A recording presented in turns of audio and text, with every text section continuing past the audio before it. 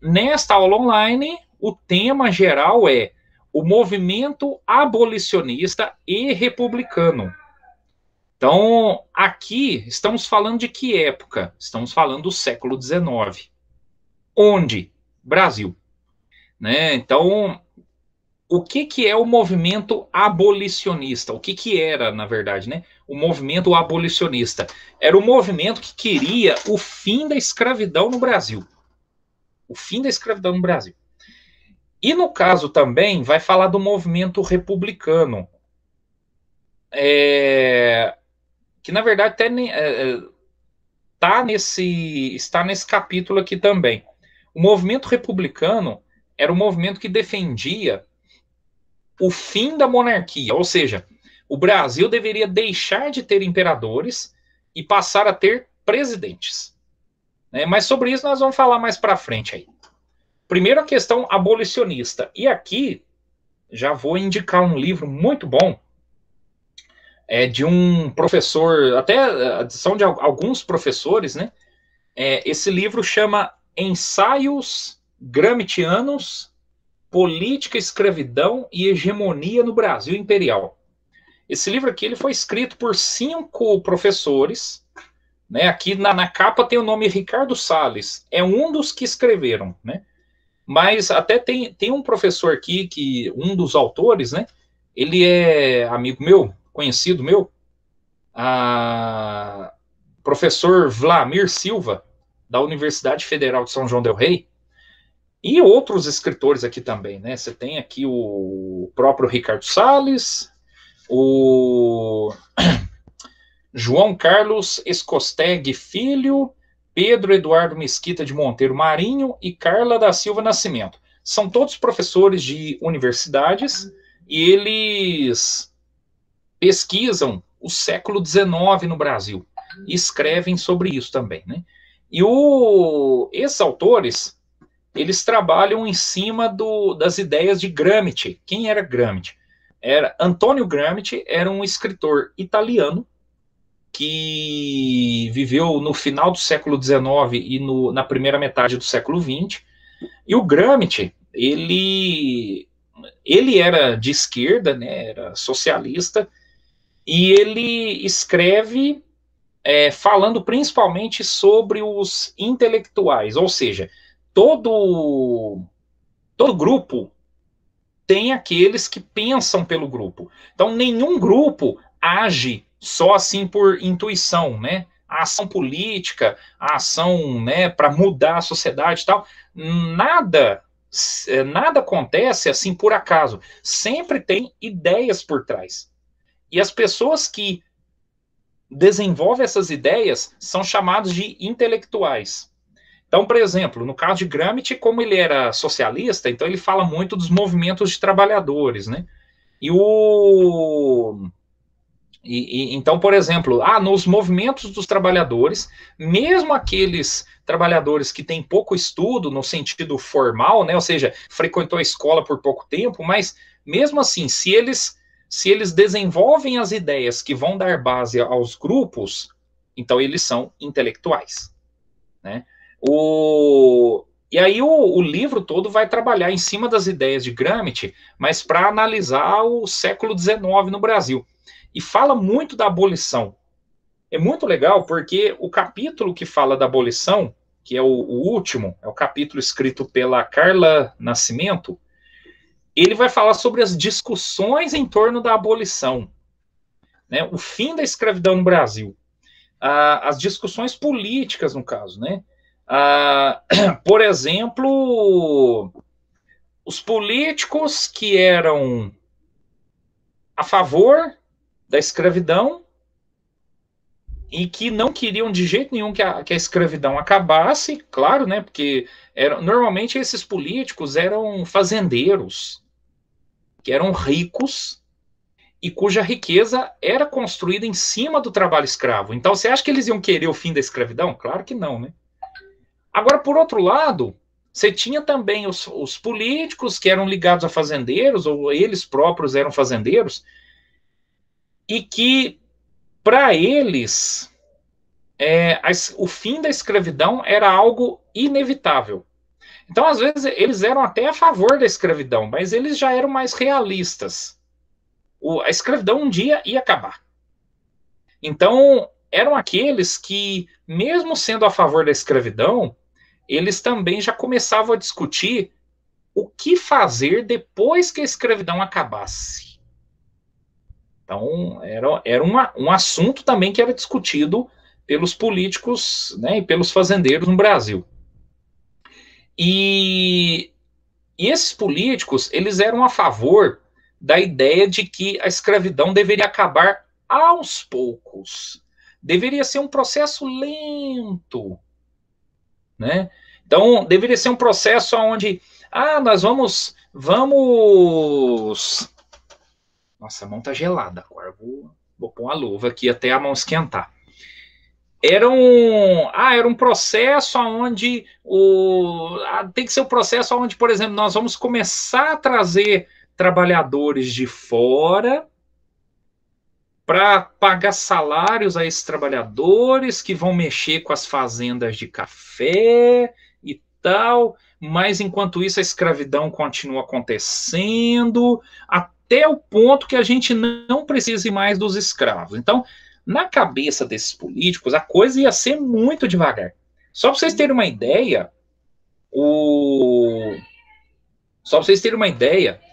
o imperador Dom Pedro II, em seus diários, ele chegava a escrever algumas reflexões a respeito do fim da escravidão, e ele chegou a fazer uma previsão.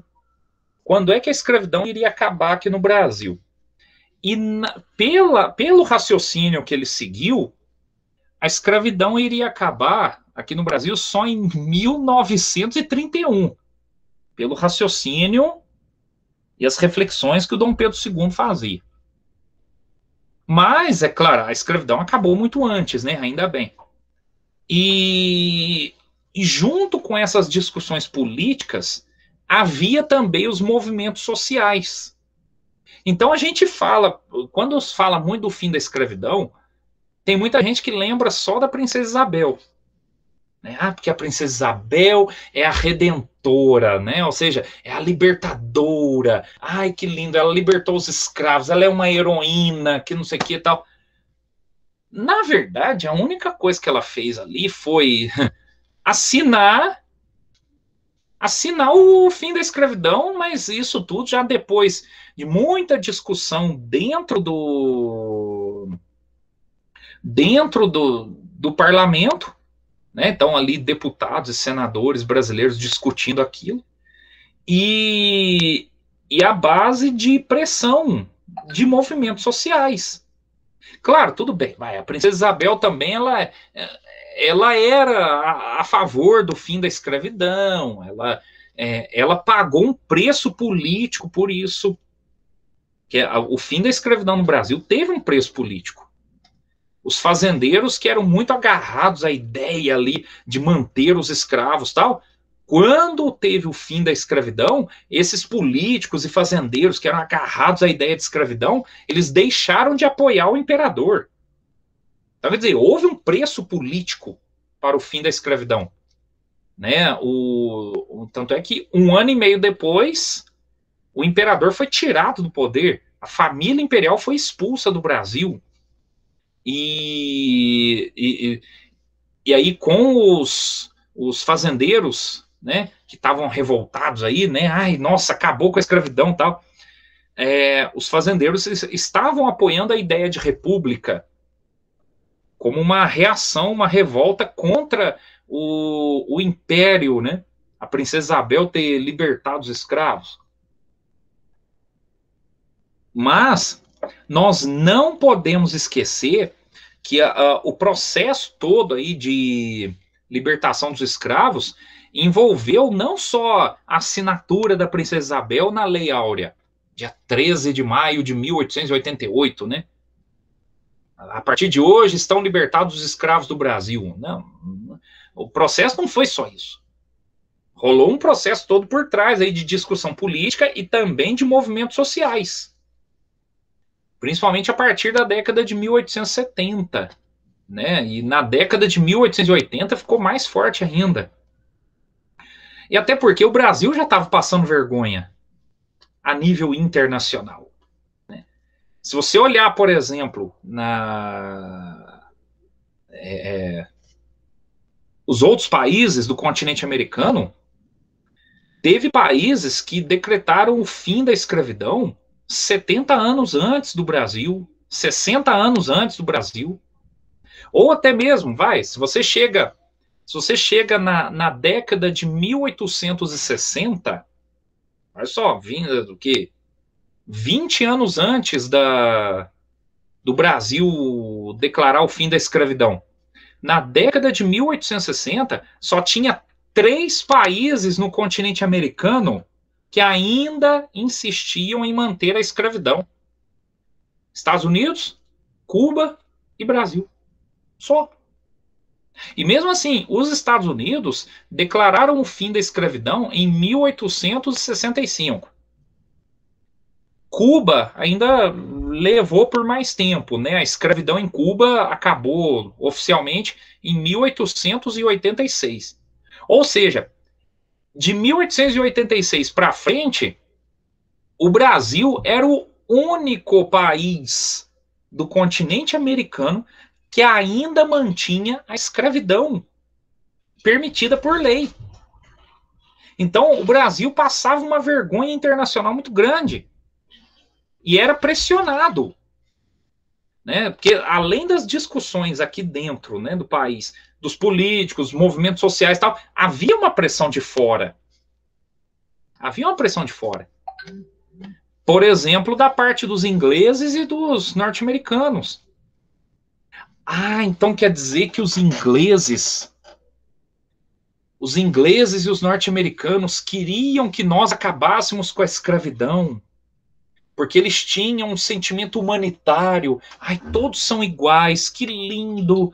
Os negros são iguais aos brancos, então por isso nós somos a favor do fim da escravidão. Não havia. Não, assim, havia algumas pessoas, tá? Mas, assim, de uma forma geral, você não podia esperar muito isso, não. Sentimentos humanitários, né?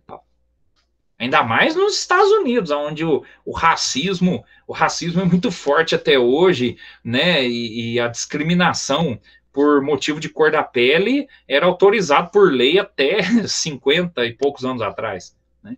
Então, esperar que o governo norte-americano apoiasse o fim da escravidão aqui por motivo humanitário, né? Espere sentado esse apoio, né?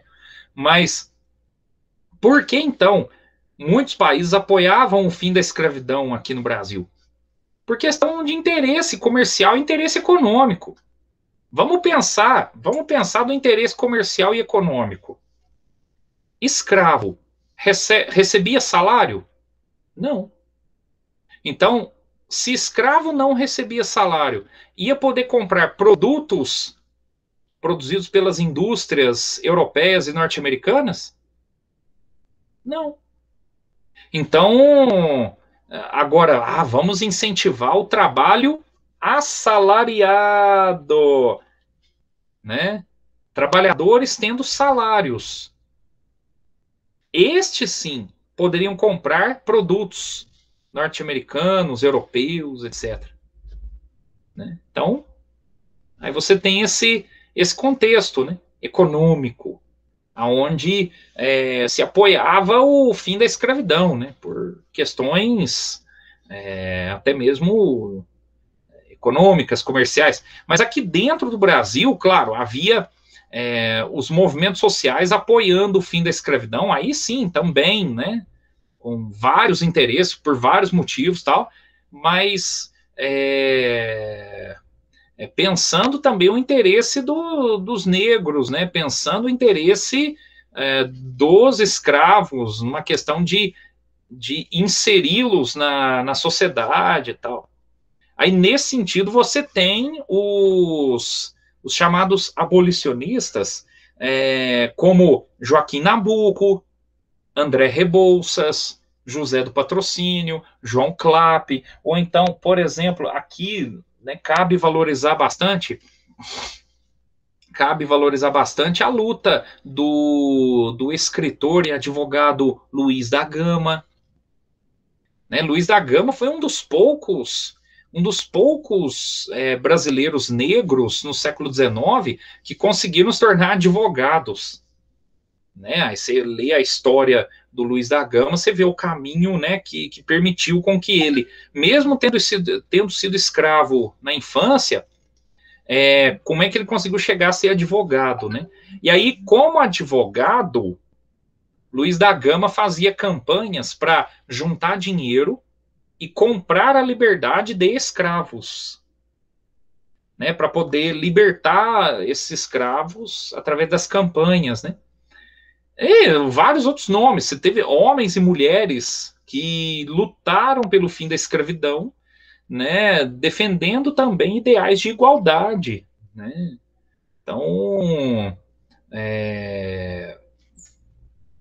e esses movimentos apoiavam algumas ações, né? Apoiavam algumas ações aí que tentavam acelerar o fim da escravidão. Por exemplo, os movimentos abolicionistas incentivavam a fuga de escravos. Incentivava a fuga. E ainda mais que muitos militares aqui no Brasil também começaram a apoiar o fim da escravidão. Então, quando tinha escravo que fugia, tinha militares que não aceitavam pegar de volta esses escravos. Né? Às vezes, muitos militares recebiam ordens de correr atrás de escravo que tinha fugido. Militar não ia, não. Ou então ia, mas fazia corpo mole, né? Vamos dizer assim. Por quê? Porque naquele momento, década de 1880, muitos militares também estavam apoiando o fim da escravidão. Ou ainda, a criação de fundos de emancipação. O que é isso? Era juntar dinheiro para comprar a liberdade de escravos. Ou o contato com sociedades abolicionistas internacionais. Né? Havia grupos fora do Brasil que pressionavam pelo fim da escravidão aqui. Então, os abolicionistas de dentro do Brasil se uniam aos de fora. Né? Ou ainda, você tem o apoio de gente importante da sociedade. Né? Os movimentos abolicionistas, eles tinham apoio de advogados, de gente da igreja, de políticos, até mesmo de alguns fazendeiros, né, que queriam o fim da escravidão. Escritores, aqui cabe, por exemplo, a defesa feita a defesa do fim da escravidão feita pelos escritores, o Olavo Bilac, o Castro Alves. Castro Alves é fantástico. Leiam, né? Fica a recomendação aqui, leia o poema Navio Negreiro, de Castro Alves. O poema Navio Negreiro. Você fica assim, chocado, triste, né, com a forma como, né, a forma como os escravos eram tratados aqui no Brasil. E isso descrito através de poema, né? O poema Navio Negreiro, do Castro Alves, que ele escreveu ali no finalzinho da década de 1860, virando para a década de 1870. Ele é um dos poetas do chamado romantismo brasileiro, né? E Castro Alves, coitado, ele só não escreveu mais porque ele morreu cedo, ele morreu com 24 anos de idade. Mas mesmo assim, deixou aquilo que ele escreveu durante a vida, nossa, é uma obra grandiosa, né? Mas o movimento abolicionista, né, foi seguindo no país e ganhando força. O nosso material aqui, ele menciona a Guerra do Paraguai. Né? A Guerra do Paraguai foi importante aí também, no sentido de fortalecer o movimento abolicionista, porque muitos escravos foram levados para os campos de batalha, na guerra em que o Brasil se envolveu contra o Paraguai. Muitos escravos foram levados para o campo de batalha e com a promessa de liberdade. Ou seja, se você lutar na guerra e sobreviver, nós vamos te dar liberdade. Então, depois da Guerra do Paraguai, muitos movimentos né, se fortaleceram na defesa do fim da escravidão a partir dessa ideia de que, olha só, lá, os escravos foram lutar em nome do Brasil. Por que agora eles têm que continuar escravos? Né? Vamos lutar pela liberdade deles. Outra questão também aí tem a ver com as leis. Né? As leis que foram acabando com a escravidão no Brasil aos poucos. E aí você tem o interesse da classe política, né? O interesse de, já que a escravidão um dia vai ter que acabar aqui no Brasil, que seja de forma lenta. Ou então muitos políticos até colocavam assim, bom, a escravidão tem que acabar, mas que seja na próxima geração, na minha geração não. Né? Ou seja, vamos jogar o problema para a próxima geração. E aí você tem leis que foram acabando com a escravidão aos poucos, muito aos poucos. E sem dar prejuízo, pelo menos a ideia era essa, né? Sem dar prejuízo para os fazendeiros, para os produtores. Então, aqui a gente menciona algumas leis. Por exemplo, o Bill Aberdeen, onde está destacado aí, ó, quer ver? Aqui no meio, ó. Está no meio. Está destacado em negrito aí, ó. O Bill Aberdeen e a Lei Eusébio de Queiroz. O que essas duas leis fizeram? Proibiram o tráfico internacional de escravos. No caso do Bill Aberdeen, era uma lei inglesa que autorizava navios ingleses a prenderem navios de quaisquer outros países que estivesse carregando escravos da África para o continente americano. Então, né, por exemplo, o sujeito foi capturado, que esse escravo muitas vezes não eram escravos no continente africano, né? Eram pessoas que eram capturadas, caçadas, presas nas aldeias e nas cidades do litoral africano para serem trazidos à força aqui para o Brasil. Então, quando algum navio estivesse trazendo escravos para cá e navios ingleses pegassem esses navios de escravos, podiam prender esses navios, levar de volta para o litoral africano, ou então, em alguns casos, afundavam esses navios. Meu Deus, coitados dessas pessoas. Sofriam demais. Os escravizados, no caso, né? Os proprietários e caçadores de escravos, não. Aí eu já não tenho dó nenhum, na verdade. E a Lei Eusébio de Queiroz, aqui no Brasil, reforçou isso, né? Proibiu o tráfico internacional. A Lei de Terras colocou regras para os proprietários de terra aqui no Brasil. Então, mas o que tem a ver com a escravidão? Bom, vamos lá. A Lei de Terras colocou a seguinte regra.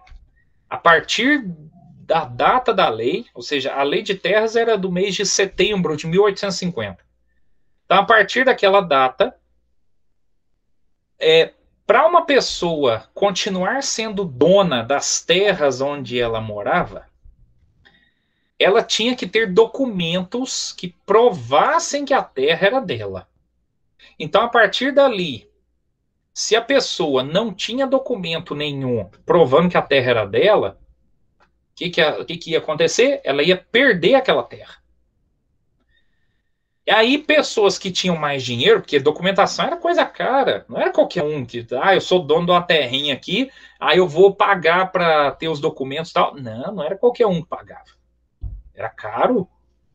Você vai no cartório hoje em dia para mandar fazer algum documento, veja lá como é que é caro até hoje, né? Fazer certos documentos em cartório. Agora, você imagina no século XIX. Então, a Lei de Terras, ela foi feita para favorecer os grandes proprietários de terra que tinham condições de pagar documentos para provar que a terra era deles e ainda pegava terra dos que não tinham condição de provar. Então, quem estava sem documento perdeu terras para quem tinha condição de ter documentos. E aí, nesse caso, mas o que tem? Mas aí eu insisto na pergunta: o que tem a ver com a escravidão? A lei de terras era uma forma de não garantir o acesso à terra para aqueles escravos que eram libertos. Porque o escravo era liberto, tá bom. Vamos libertar escravos, ótimo. Mas esses escravos vão ter condições de pagar documentos para poderem comprar terras e provar que aquela terra seria deles? Não. Então você cria uma lei para favorecer grandes proprietários de terra e dificultar o acesso da parte dos escravos que eram libertos, da parte dos povos indígenas, da parte dos mais pobres, né? Então aumenta-se a desigualdade aqui no país. Já a lei do ventre livre. A lei do ventre livre, ela estabeleceu que, a partir daquela data, mas qual data? A lei do ventre livre era de 6 de setembro de 1871. Então, a partir dessa data, o filho de escrava nascia livre, ou seja, era considerado livre a partir do nascimento, né? O fato dele ser filho de escrava não ia fazer dele escravo também, não. Só que essa lei, que beleza, então libertou os filhos dos escravos. Ai, que lindo, né? A partir daquela data, o bebê nasceu e já ia ser considerado livre. Tá, mas com a mãe sendo escrava, o pai sendo escravo, né? Tudo bem, por lei o neném ia ser considerado livre, ia crescer considerado livre, mas ele ia ter que morar na fazenda junto com os pais, que eram escravos. Então, assim, o efeito prático disso, né, o efeito prático disso ia ser quase nada, porque aí a criança era considerada livre, tá, mas os pais eram escravos.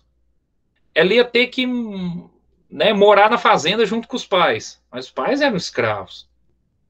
Então, muitas vezes, os fazendeiros ainda se aproveitavam do trabalho dessas crianças, mesmo elas sendo consideradas livres. Ou então, quando crescia, tomava um tamanho aí já, né, tem lá seus 12, 13 anos, ou você trabalha aqui na fazenda ou você vai embora.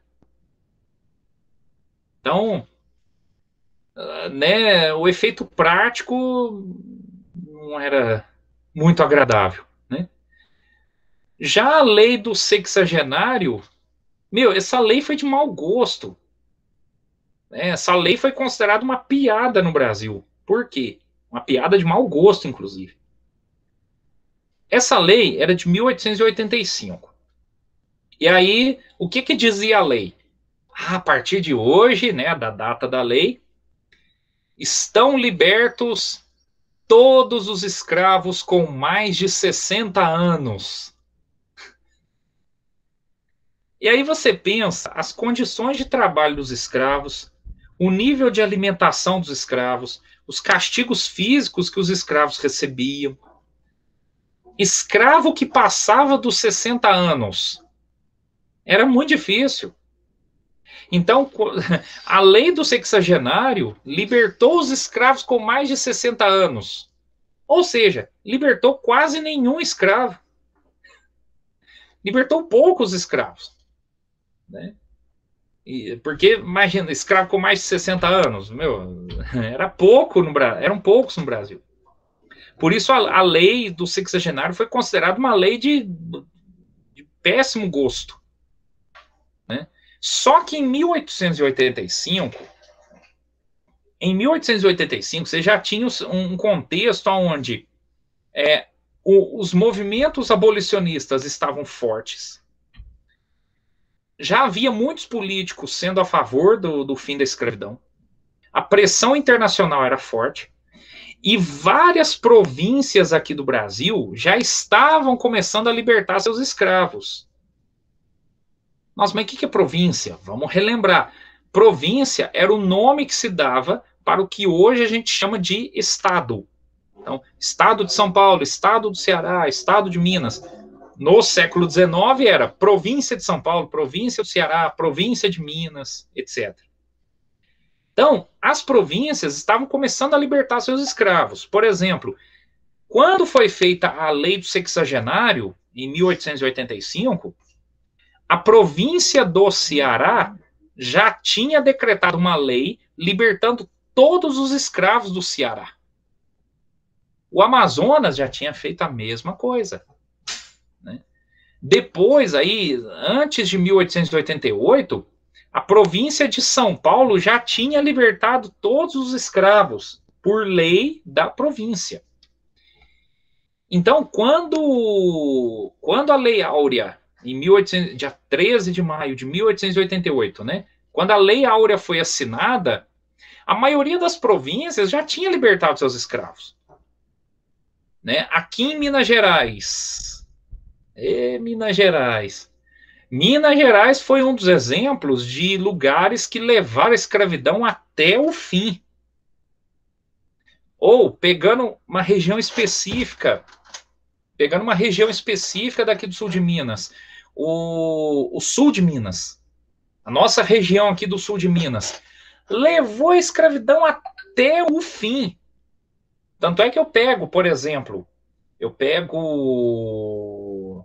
nas minhas pesquisas, eu pego registros de batismo, casamento, morte, etc., registros feitos pelos padres, né, no século XIX, e por ali você vê que, por exemplo, eu já vi registros de batismo de escravo, batismo, né, de filhos de escravos, quer dizer, feitos na semana da assinatura da Lei Áurea. Ou casamentos de escravos feitos também ali na semana da Lei Áurea, ou seja, mostra que a escravidão aqui no sul de Minas foi levada até o último momento por fazendeiros e políticos que não aceitavam a ideia do fim da escravidão. Então levaram isso até o fim. Né? E aqui o texto ele continua falando sobre a luta, né, pelo fim da escravidão, e é importante, até para a gente poder já encerrar essa aula online, é importante a gente destacar o seguinte: o fim da escravidão não significou melhora na vida dos negros. Por quê? Olha lá, ó, motivada pelo preconceito, a elite brasileira não se preocupou com o ingresso de fato dos ex-escravos na sociedade. Então, o que isso quer dizer? Teve a lei aqui que a gente discutiu e assinou, né, pelo fim da escravidão. Beleza, a escravidão acabou. Tá.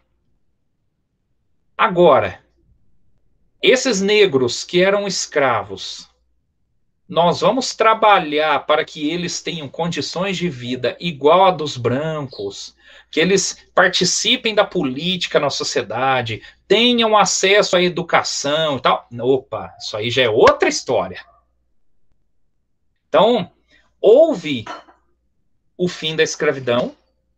Ó, que beleza. E foi bom mesmo, claro, né? Acabar a escravidão. Mas, por outro lado, não houve políticas para melhorar a vida desses ex-escravos, para que eles tivessem trabalho melhor, tivessem escolas, tivessem emprego bom, né? Não teve esse tipo de política, né? E isso daí se refletiu, na verdade, até hoje, né? Se reflete até hoje na sociedade brasileira, né? Quando você olha, por exemplo, quando você olha até hoje, né, os níveis de violência aqui no Brasil envolvem mais os negros do que os brancos, como vítimas, ou como até mesmo entre a população carcerária, né? Você olha as prisões aqui no Brasil, a maioria é negra, ou é mestiça também, né? É pardo, né?